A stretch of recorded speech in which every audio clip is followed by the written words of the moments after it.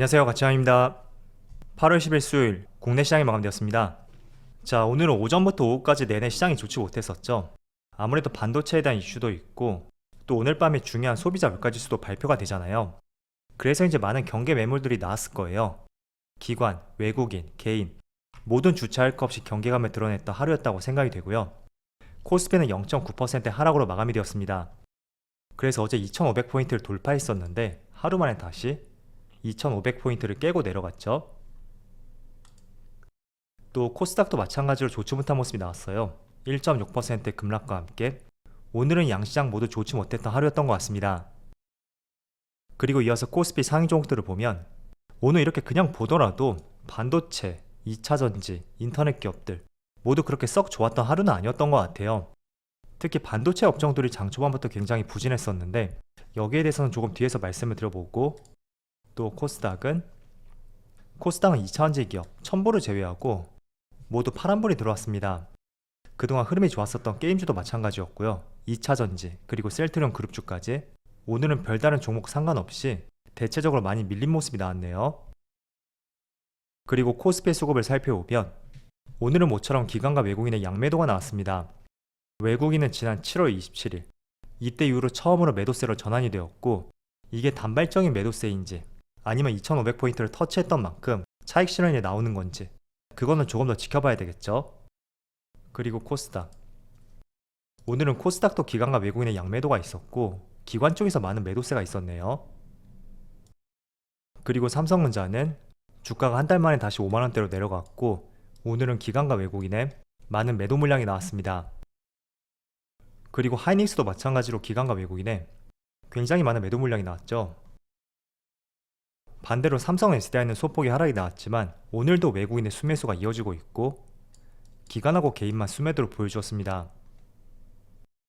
자, 그리고 오늘도 소폭의 상승이 나왔었던 LG에너지솔루션, 지금까지 13거래일 연속으로 외국인의 순매수가 이어지고 있고 연기금은 한 달 내내 순매수가 들어오고 있습니다. 이어서 주체별 매매 동향에 대해서 살펴보도록 하겠습니다. 8월 10일 외국인이 가장 많이 매수한 종목은 코스모 신소재, 삼성 SDI, 현대차, LG에너지솔루션, 코스모화학 이런 종목들을 차례대로 매수했고 주로 2차전지 관련주를 많이 매수했네요.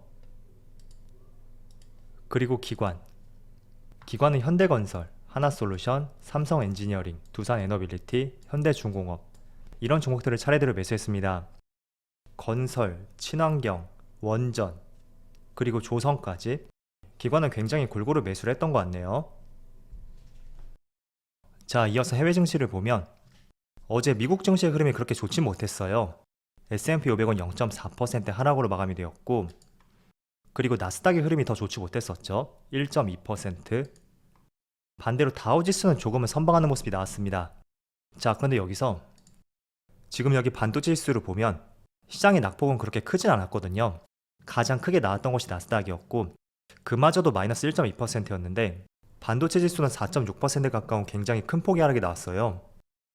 자, 일단은 여러가지 이유를 들 수 있는데 그래도 가장 근본적인 이유가 하반기에 반도체 시장이 생각보다 더 좋지 못할 것이다, 그게 시장을 눌렀었던 주된 이유였던 것 같습니다. 물론 하반기 반도체 시장이 그렇게 좋지 못할 것이다, 다들 공감을 하고 계실 거예요.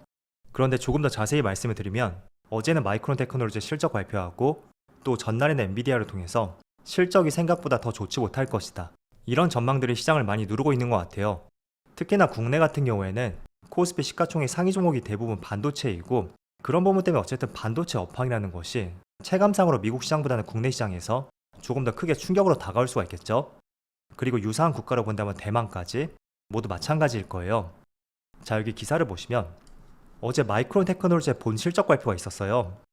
지난 6월 말 당시에 제시했었던 이번 분기의 매출 가이던스, 실제로 뚜껑을 열어보니까 아직까지 8월달이 끝나지 않았지만 공시를 통해서는 6월 말에 제시했던 가이던스의 하단 혹은 하단을 조금 밑도는 정도, 그 정도의 매출을 예상을 하고 있더라고요.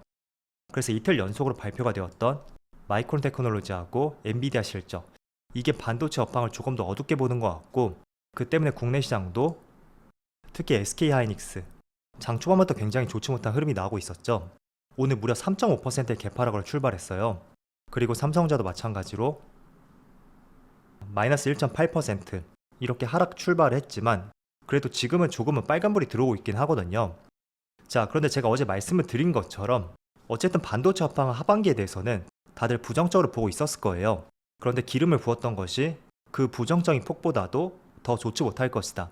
그게 지금의 핵심이라고 볼 수 있기 때문에 여기서 하락이 나온다면 저는 과거 이런 구간처럼 지속적이고 깊이 그렇게 하락하진 않을 것이라고 생각이 돼요. 결국에는 가이던스 실적 발표에서 플러스 알파 이 부분이 조금은 훼손이 되었기 때문에 어제하고 오늘 이렇게 많은 하락이 나온다고 생각이 드는데 제가 어제 현대차를 예시로 말씀드렸잖아요. 자, 어쨌든 이런 조정 구간이 나온다고 하더라도 이 저점이 직전 저점을 이탈하지 않는다면 추세 전환, 계단식 상승을 기대해 볼 수가 있다. 그런 취지로 말씀드렸을 거예요. 자, 그래서 이런 흐름을 한번 참조해 보자고 말씀드렸었고 또 비슷한 그림 중에 삼성 SDI도 예시로 들 수 있는데 자, 3월 달에도 반등이 나왔지만 다시 저항선에 부딪히면서 주가가 또 꺾이는 모습이 나왔어요. 그렇지만 그 저점이 직전 저점을 이탈하지 않았었죠. 그렇다 보면 저점을 높여가면서 또 이렇게 상승 추세를 타는 이런 흐름들이 발생될 수밖에 없거든요. 그래서 현대차하고 삼성 SDI 지금 그림이 조금 비슷하죠. 이 그림을 잘 기억해 보시고요. 그동안 반도체가 하락했던 것은 하반기에 부정적인 실적이 나올 것이다. 이런 우려감 때문에 하락이 나왔던 만큼 거기서 조금 더 기대치가 훼손이 된다고 하더라도 그 폭은 과거만큼 그렇게 크진 않을 것이다. 저는 일단 그런 말씀을 드리겠고 그리고 이런 생각이 맞다는 것을 보여주려면 삼성 SDI나 현대차처럼 이 저점이 직전 저점보다 더 내려가지만 않는다면 추세가 돌아설 가능성도 있으니까 부정적인 업황이 있다고 하더라도 조금 더 시장을 긍정적으로 내다보자고 말씀을 드릴게요. 자, 그리고 지금부터는 몇 가지 재료에 대해서 간단하게 요약해서 말씀을 드려볼게요. 자, 최근에 셀트리온의 주가가 흐름이 상당히 좋은 것을 볼 수가 있어요. 물론 셀트리온 그룹주뿐만 아니라 삼성 바이오주도 마찬가지고 제약 바이오주의 강세가 조금은 두드러지는 것 같은데 일단 제가 말씀을 드렸던 대로 인플레이션에 크게 영향을 받지 않는 주된 업종이라고 볼 수 있다고 말씀드렸습니다. 자, 그런데 한 가지 이슈를 더 말씀을 드려보면 최근에 7월 말이었나요? 기사가 나온 시점이 7월 27일인데 자사주 매입을 모두 마쳤어요, 셀트리온이. 자, 그런데 자사주 매입을 마치고 나서 한 달 뒤부터 합병이 가능하기 때문에 아마도 9월 이사회에서는 어떤 구체적인 내용이 나올 가능성이 있습니다. 자, 그리고 한 가지 더. 기존의 금융당국이 셀트리온 그룹의 합병에 제동을 걸었었거든요. 이유는 분식회계 조사가 있었고 이게 지난 3월에 결론이 났습니다. 그렇기 때문에 자사주 매입을 마친 상황에서 본격적으로 9월부터는 합병에 대한 내용이 나올 가능성이 있고 그런 것도 플러스 알파적인 측면으로서 한번 기대감을 가져볼 수가 있다. 그렇게 말씀드릴게요. 자, 그래서 그동안 공매도의 표적이 되었었고 대표적인 종목이 되었던 셀트리온 그룹주들, 최근에 훈풍이 불고 있는 제약 바이오주, 그 관련 섹터로서도 볼 수가 있고 또 추가적으로 플러스 알파, 합병에 대한 이슈가 9월달부터 본격적으로 나올 가능성이 있다. 그 점도 추가적으로 내용을 한번 이해해 보신다면 좋을 것 같습니다. 자, 그리고 며칠 전에 인플레 감축법이 통과가 되었잖아요. 여기 기사가 조금 잘 나와 있는 것 같아서 제가 여러분들에게 한번 내용을 전달해 드려 볼게요. 인플레 감축법에 K배터리가 웃고 자동차는 난감해졌다. 이런 타이틀의 기사가 실렸는데 여기 핵심 요약을 살펴보세요. 정말로 수혜를 보기 위해서는 미국 현지에서 자동차를 생산해야 되고 또 중국산 배터리가 탑재한 전기차는 보조금에서 제외가 된다. 이렇게 나와 있습니다. 자, 그래서 여기 부분만 살펴보면 2차전지 관련주들, 국내 2차전지 관련주는 굉장히 수혜를 볼 수가 있습니다. 자, 왜냐하면 지금 미국 시장을 중심으로 LG 에너지솔루션, SK온, 삼성 SDI는 조금 더딘 것 같지만 어쨌든 국내 배터리 3사가 현재 법인과 합작사를 많이 설립을 하고 있잖아요. 그리고 중국산 배터리를 탑재한 전기차는 보조금에서 제외가 된다. 이런 문구가 있듯이 많은 기업들이 보조금을 받기 위해서는 그 관심을 국내 배터리 기업들 쪽으로 집중을 시킬 수밖에 없겠죠. 그런데 자동차 같은 경우에는 하단을 보세요. 지금 현대기아차의 전기차는 전량 한국에서 생산해서 미국으로 수출하는 시스템을 갖고 있고 2025년이 되어야지 전기차 공장이 완공이 된다고 합니다. 그래서 첫 번째 문장이 나와 있는 현지 생산 자동차에 대해서 $7,500의 보조금이 지급된다. 이거는 최소한 2025년까지는 국내 자동차 기업들은 적용이 되지 않을 수가 있겠죠. 그래서 여기 핵심 내용이 있죠. 요약이 정말 잘 되어 있는 것 같아요. 한번 여러분들이 2차전지 관련주를 보유하고 계셨다면 어떤 부분에서 수혜를 볼 수 있는지, 반대로 자동차 관련주는 어떤 부분이 조금은 마이너스가 될 수 있는지 체크를 해보시면 좋을 것 같아요. 하지만 이런 내용이 있음에도 불구하고 현대차는 그렇게 주가가 빠지진 않고 있어요. 물론 이런 부분은 어쨌든 플러스 알파적인 측면으로 이익을 볼 수 있는 것인 만큼 그런 면에서 북미 시장에서 굉장히 선전하고 있는 현대기아차가 잘 버티고 있지 않을까 그렇게 보여지는 것 같습니다. 마지막으로 오늘 밤에 저녁 9시 30분쯤 될 텐데 7월 미국 소비자 물가지수 발표가 있어요. 자, 그런데 예상치는 8.7에서 8.8%그 정도로 예상을 하고 있더라고요. 그런데 저는 예상치를 부합하게 된다면 그게 정상이라고 생각이 되고요. 오히려 만약에 예상치보다 많이 증가가 된다면 주가가 한 차례 큰 충격이 올 수도 있다. 그렇게 생각이 돼요.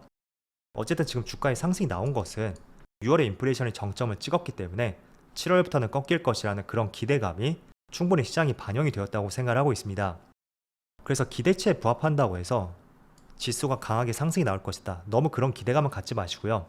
오히려 기대치만큼 나왔을 때 시장이 별다른 충격이 없을 것이다. 지금은 그렇게 해석하는 것이 적절하지 않을까 이렇게 말씀드려볼게요.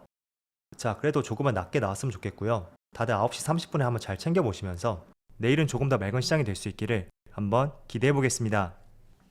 자, 그럼 오늘 영상 여기서 마치도록 하고요. 언제나 여러분들의 성공 투자를 기원하도록 하겠습니다. 감사합니다.